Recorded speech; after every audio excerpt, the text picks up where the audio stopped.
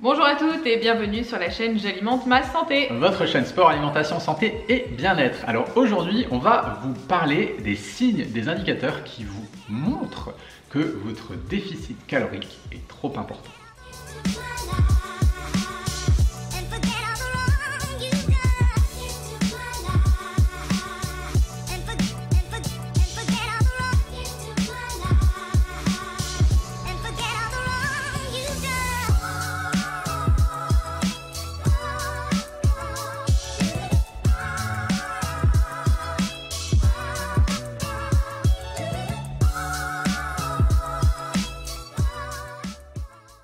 Alors le premier signe, si tu es fatigué en permanence, voilà, si tu es complètement crevé et que tu t'endors sans arrêt et que tu as une fatigue extrême, c'est signe que tu ne manges pas assez. Le deuxième point, ça va être des craquages alimentaires qui sont assez récurrents. Et puis ce côté, ce besoin, cette envie de faire ce qu'on appelle un cheat meal ou un repas de triche assez régulièrement. Alors là, au début, on va pouvoir se dire, bah, je fais un cheat meal une fois par semaine, après 2 fois par semaine, 3 fois par semaine. Puis en fait, on finit avec des cheat days, c'est-à-dire des cheat week-ends ou des cheat week, carrément.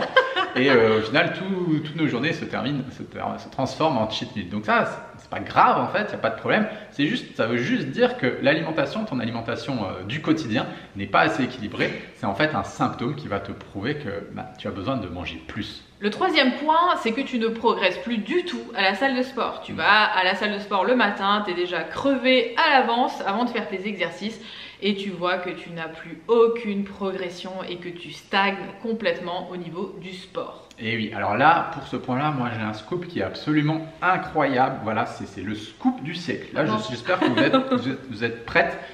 Il faut de l'énergie pour faire du sport. Non. Je te jure, pour faire du sport, il faut de l'énergie. Et du coup, quand on ne mange pas suffisamment, eh ben, on n'a pas d'énergie pour faire du sport et donc on ne progresse pas. Donc ça, c'est vraiment super important.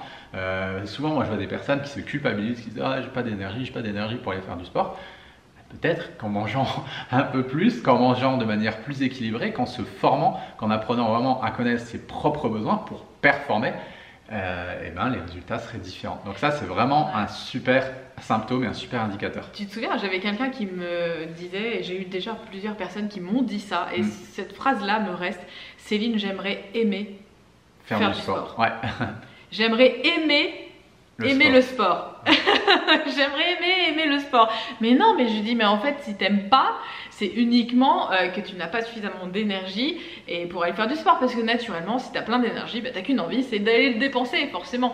Donc si t'es complètement rincé du matin au soir, c'est normal que tu n'aimes pas le sport. Alors moi, j'ai une super anecdote par rapport à ça. Moi, j'ai trouvé mon équilibre. Je dois tourner entre 3006 et 4000 calories par jour. Voilà, je me sens super bien comme ça. J'ai de l'énergie, je peux travailler, je peux faire du sport, je peux faire des vidéos YouTube et tout.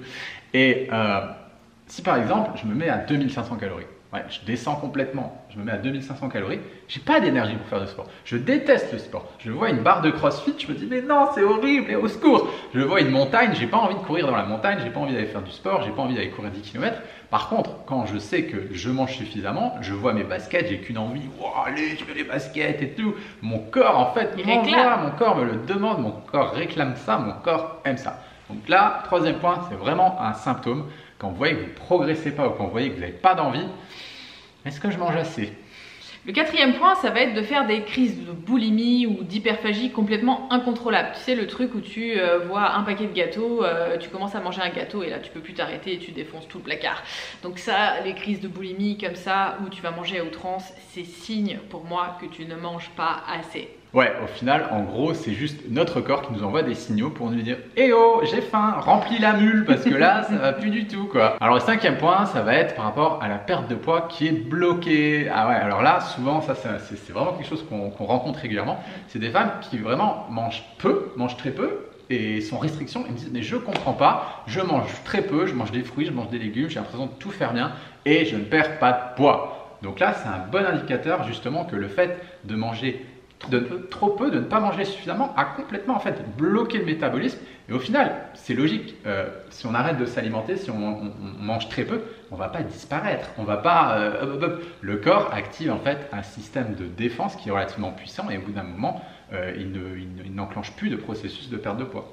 Donc en fait, tout simplement, pour relancer le métabolisme, il y a besoin de remettre de la calorie. Ça, c'est hyper important parce que quand c'est bloqué, souvent les personnes me disent, écoute Céline, je suis à 1200 calories, ma perte de poids est bloquée, est-ce que tu penses que je descends encore mes calories pour pouvoir reperdre du poids? Parce qu'à un moment donné, si tu es bloqué à 1200 calories, tu vas descendre à combien? À 1000, à 800? Mais qu'est-ce qui va se passer après derrière au niveau de la santé, etc. Ça va pas le faire. Donc forcément, il va falloir passer par une relance métabolique. Et ça, je t'invite à aller regarder les vidéos qu'on a fait à ce sujet. D'ailleurs, j'ai un autre scoop incroyable, c'est que il faut de l'énergie pour mincir. Le scoop incroyable, je ne savais pas. Ok, il faut de l'énergie pour mincir. Le corps a besoin d'énergie pour enclencher un processus de perte de poids. Et ça, c'est ce que tous les gourous de la minceur et les gens qui vous vendent des pilules miracles et des régimes, ils vous disent pas. Et ben voilà, il faut de l'énergie pour mincir. Regardez notre tête, hein. Je ne sais pas si vous avez vu, mais je mange 4000 calories par jour, ok? Voilà, je suis pas en surpoids. Céline, c'est pareil, elle mange. Non, moi je mange pas 4000 calories. Non. Elle mange 2500 calories par jour. Mais déjà, je fais 20 kilos moins que toi. On mange. Voilà. N'ayez pas peur. Il faut manger pour mincir.